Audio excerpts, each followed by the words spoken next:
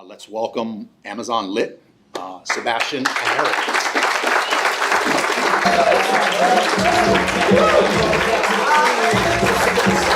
What's up, everybody? How we living today? We good? Awesome, fantastic. What's up, Miami? How we doing tonight? Amazing. This is so exciting. Thank you so much, everybody, for coming out. We got a jam-packed day full of a ton of information to help all of you grow your Amazon business.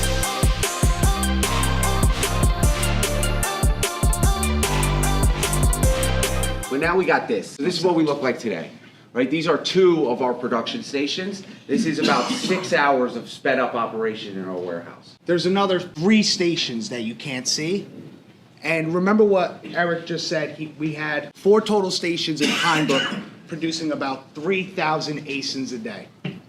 Now we have 5 stations where we are, and we produce 15,000 a day almost. Yeah. 15,000 ASINs a day get produced. So how many people want to grow their business and pump more units out? Raise your hand and say aye. Aye. What? I can't hear you. Raise your hand and say aye. Aye. Awesome, fantastic. Right now, keep in mind, this did not happen overnight. Absolutely not, it didn't happen overnight. This took lots of long nights, early mornings, late nights, you know, family calling, hey E, you coming home? Hey Sebastian, you coming home? It's like, no baby, I'm still at the office. I'm gonna be here till probably 3 in the morning because we're changing our systems, right? So we made sacrifices early on. Fortunately, our families were able to understand that. Communication is key when it comes to growing your business because you gotta be on the same page with people that you're working with and your families. How important is family? Raise your hand if you think family is important. Absolutely, family is important. Right? How many have kids in here? Awesome. How special is that feeling having a little kid? It's amazing. Right? I don't know, but my mom tells me all the time. She's like, Eric, it's the best feeling. It's the best feeling in the world. She's like, how's it feel to have 4 beautiful kids, Sebastian? It's great. It's great. Does it happen? I think 4. 2 girls, 2 boys. And he adopted me. Per warehouse, and Eric. He's actually building our team. That's like that's the 2025 team, right, Sebastian? Yes. So I know Sebastian works his ass off because he wants to provide for those little kids, you know, the little beauties. One of his kids is my goddaughter. So what do we got next? So we're going to talk about the IOs. The first option here, internal operations. It's super important, right? We're going to cover receiving, picking, producing, shipping, monitoring, all that stuff internal that happens within your business, inside of your business. Right, super important. So what are some of the things in the internal processes, Sebastian? So the internal operations is how you're going to be able to get your products in and out to Amazon as fast as humanly possible, right? We bring in truckloads every day. We ship 7 truckloads in a 5-day work week to Amazon fulfillment centers. And the reason we could do that is because we get it in and out less than 24 hours. In less than 1 workday, we're getting full truckloads, 26 pallets, broken down, received, picked, staged, brought to packing stations, produced, brought to shipping stations, loaded onto trucks, and shipped out. 7 full truckloads in a 5-day work week.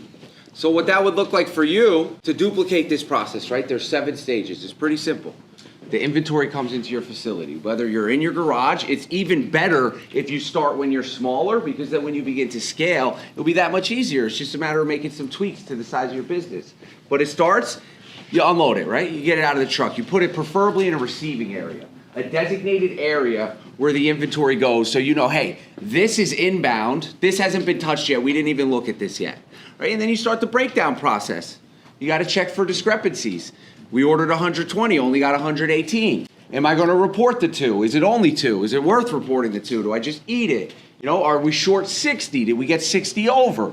You want to communicate that with your vendors and distributors so you're not leaving money on the table. One of the things we also communicate early on with a supplier, distributor, wholesaler in our relationships is expiration. Many of you know that Amazon requires certain expiration dates for certain products. It's become a little bit more specific. So we've had to transition and make changes. However, a majority of our products are about 120 days. Some a little bit longer, but typically we need 120 days. And because we communicated that early on and built the relationships, that also is considered part of that discrepancy. Not only shortages, not only overages, not only damage, But if a product comes in with less than 120 days, we can return it, no question asked. And I didn't forget about y'all YouTube folks out there. So in the comments, put where you're from. I want to know what the furthest country away is, because we appreciate everybody. Throw some fire emojis in those comments as well. We appreciate you attending this event as well. So after that inventory is received, it's broken down, right? A discrepancy is documented. It's reported back to the company. Then you got to add the products to an Amazon shipment, right? And then those products need to be picked, meaning that they're actually moved from one location to a production station over to staging, right? So it's the full process. You receive the inventory, you count the invoice, make sure it's accurate, you report the discrepancy, and then you pick it for what's going on the Amazon shipment, and then you stage it at the front of a production station. And communicate with your suppliers their discrepancy time. Some suppliers need it within 24 hours. Some will wait a week. You need to build that relationship and ask those questions so you're not sending it 3 days later and they're saying we needed it within 2 business days and you're shit out of luck. So how many people love looking at their profit margin every day? Right? I love that shit too. It's one of the first things I do every morning. I love it. I love it. It gets my juices flowing, you know? Just get souped up. Wake out of bed, and prayer, coffee, car, podcast, profit margins. You know, we got to create an acronym for that with a t-shirt because it's exciting. Right? But don't get too focused on the profit margin, especially who's in your first 2 years of business. Probably a lot of you, right? Awesome. So about a third of you in your first 2 years of your business. Right? In the first 2 years of your business, you should be focused on, especially if you're doing a wholesale business model, right? Even retail arbitrage. You should be focused on moving a lot of inventory for a few reasons. Count health metrics, Amazon trusts you more, customer feedback, buy box priority, because the more you sell on Amazon, the more listings you're on, the more Amazon prioritizes you and puts you in that magical buy box. Who loves the buy box? I love the buy box, right? The buy box is amazing. Everybody wants the buy box. Most of the shopping happens on cell phones where people aren't even looking at tiny little, how small is that lettering? You need glasses to see it. It's like, click on 11 more sellers. It's just buy box. I want it now, now, now, now. Instant gratification, right? So a lot of people spend too much time focused on that profit margin. That's not to say profit margin isn't crucial. Right? Profit margin is super important. You need to be making money, because if you're not making money, you're not going to be taking care of those kids we were talking about before, or your family. Or yourself. We're big picture people. So when Eric's saying profit margin, what he means is that it's not the only piece of the puzzle. And too many businesses just look at how much am I going to make off this one order? Is it 10%? Is it 20%? And they're not looking at how many orders could I move in a month if I drop my profit margin by 2%? How many will I move in a year? How better will my relationship be with my supplier if I'm placing orders more frequently? How much more feedback will I have which will help me get the buy box? All these other pieces of the puzzle are lost by the illusion of just looking at the profit margin. Some other things that dropping your profit margin can do is give you happier suppliers, because you're able to increase your order sizes, right? Better pricing. And then we get to efficiency. We were talking about our production stations, right? So let's say hypothetically this table was our production station. The less your employees move, your packers, the less they move, the more money you make. So I don't want them stepping over here. I don't want them stepping over there. I want them standing right here. And everything is in arm's reach. Because every step they take, I lose money. You lose money. Who likes losing money? Show of hands. Nobody. Who likes making money? Show of hands.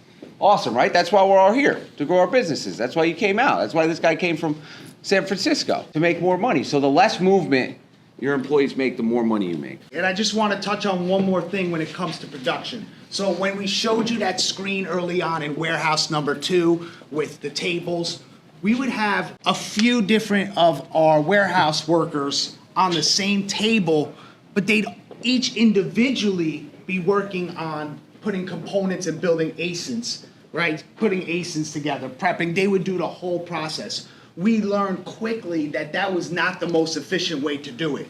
You want multiple people working on the same ASIN. The first person on the line is grabbing the product off of the pallet or the U-bolt, putting it on the table, opening up the case, while the second person might be taking the different components that were now put on the table and putting them together, bundling them to prepare the ASIN. Then the next person down the line might be doing the final prepping, whether it's choke hazard stickers, the FNSKU sticker, this is a set, do not separate sticker, and then putting it in the box. So it's just like any manufacturing line. when you're putting ACEs together and you're doing wholesale and bundle, when we go back to profit margin, bundling is where you're gonna see the highest profit margins, not those single items, especially in wholesale. Yeah. Bundling is where you're gonna see it, and this is why we develop these processes to grow our business. And some ways to speed up your efficiency are as soon as a product is finished box, you want to put it on a pallet and move it to your shipping station. You know, you also want to track your metrics. How many of you, whether you're just starting, your experience, whatever, regardless of where you are in your business, how many of you know on average how many products you produce out of your place in a day? How about how long it takes? Do you know how long it takes to produce your ACEs on average? These are important metrics to consider, right? And we never did this. We're sharing this information with you because we learned this and all of a sudden our business began to skyrocket. In the past 12 months, our business has grown 100%. That's crazy. How many people's business has grown? I'm sure a lot of your hands are growing well. How many people's businesses has grown in the last year? Yeah, exactly, right? Amazon's just flooded with new customers. 30 million new Amazon Prime members joined Amazon in the past 12 months because of COVID, right? And that's not going to change. Those 30 million members aren't going to cancel their membership. So what's that mean? More opportunity for us, more opportunity for all of you. And then some of the other internal processes that you need to understand, Keepa, competitive sellers, all that stuff on the buying side. You know, understanding your margins and your profitability, and then your IP complaints. So like that's just like the basics, right? You got to get down the basics and have your buyers understand all that information because it's super important. It's super important. Can we step back to shipping? I just want to touch on something. Yeah, with the sure. shipping. Anything for you, bro. Thank you. As far as the shipping goes, a lot of people look at, it's kind of like that profit margin thing where we were just covering. A lot of people look at the price of your LTL, your less than truckload, not for anyone who's using UPS, Amazon Partner Carrier, SPD. Keep doing that. That's the best way. But this is strictly for LTL, people that are palletizing their products, less than truckload, full truckload. And they're looking at Amazon Partner Carrier and seeing this phenomenal price that they can't get from any other carrier, or maybe they think it's seamless, and so they're selling on Amazon. Amazon will handle that. Why look anywhere else? Well, the reason you want to look somewhere else is because when you use Amazon Partner Carrier, you're using Amazon trailers. And so what that means is your product gets to Amazon fulfillment centers, and then guess what? It doesn't go to a loading dock like a private carrier would that might cost a little more money. It's sitting in Amazon's fulfillment center in the parking lot until they're ready to unload it. How many of you are shipping LTL right now? Pallets. How many of you are waiting greater than 2 weeks for your product to check in? How about 3 weeks? 4? 5? It's been probably Q4 like a long time. 6? Anyone with 6?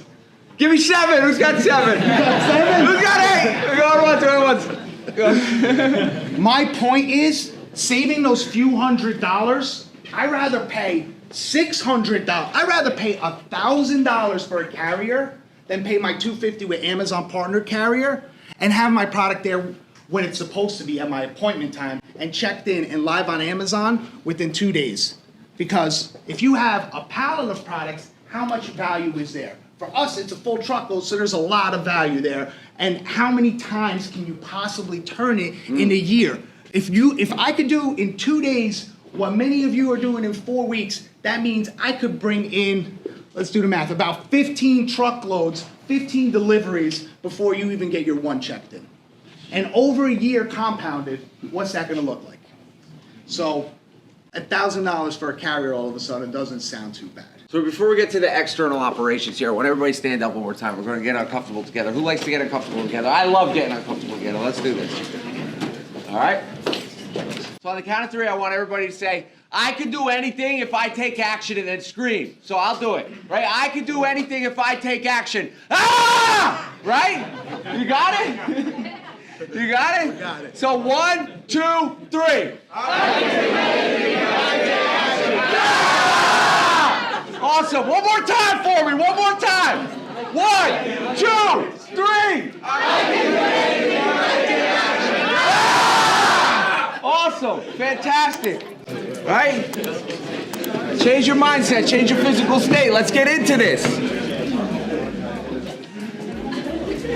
All right, so the external operations, the EO.